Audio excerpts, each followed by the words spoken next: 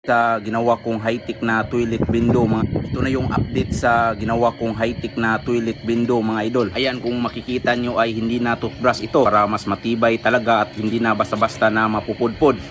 At dito naman sa box, kung maghulog ka ng barya ay mas pinaganda na. Ayan, ganyan na ang kaniyang box. Ayan, napaka high-tech ng toilet window na ito dahil automatic ito na magpupuna sa inyo pag hulog nyo ng barya. Okay, connect lang natin itong wire sa battery para masubukan na natin. Tapos ay hulugan natin ito ng barya. Okay, kalam, hanap muna tayo ng barya. Wala dito sa bulsa ko.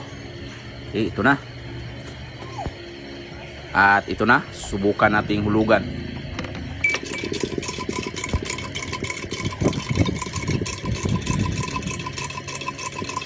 Ayan, kita nyo kung sa Bisaya pa, waluwag kaayo. At may automatic rin ito na tubig na mag-spray. Ayan, ang gagawin nyo ay ilagay nyo lang itong itim na hose dito sa tubig para paghulog nyo ng barya ay automatic ito na tatagas yung tubig. Okay, subukan natin ulit. Hulugan natin. Ayan, kung kita nyo ay tumagas na yung tubig.